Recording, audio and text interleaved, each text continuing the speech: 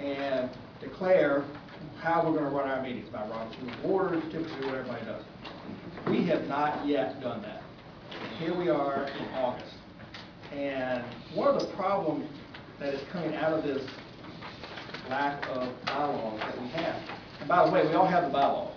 It was given to us in January by the county administrator to take a look at. And if you read through it, which hopefully you have in 8 months, it's pretty good. He's had some changes in there I think are real positive.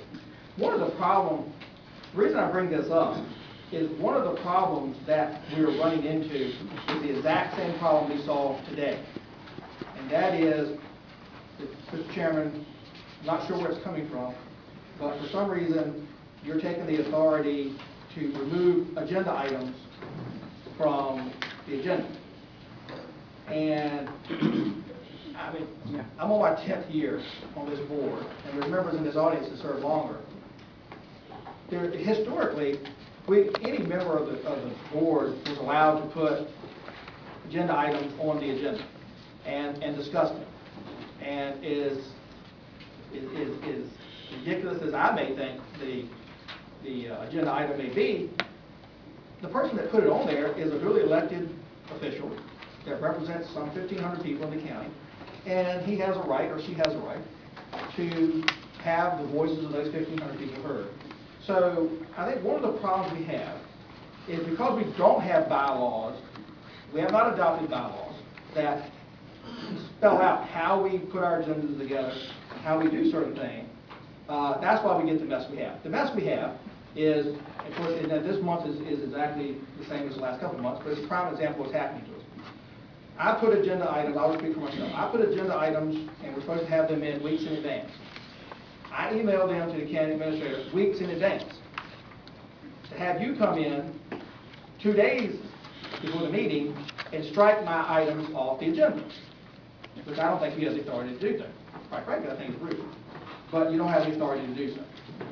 Then we come into the board meeting, and because my items have been struck from the agenda, I'm forced to bring a motion to put the items back on the agenda.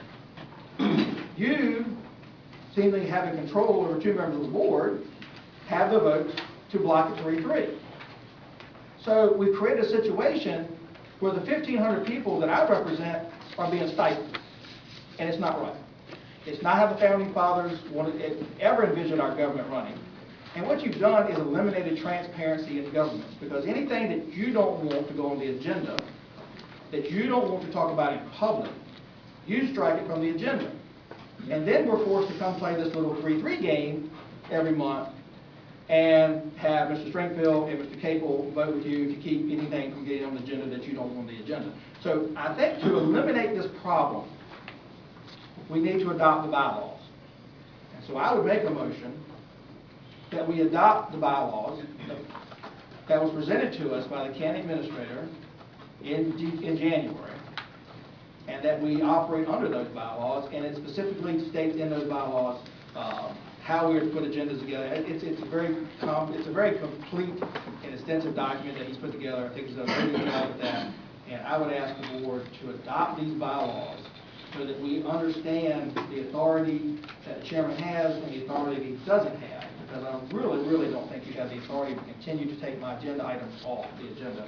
So I would make a motion that we adopt the bylaws. There's a motion on the floor. Second. Discussion. Discussion. Mr. Capel.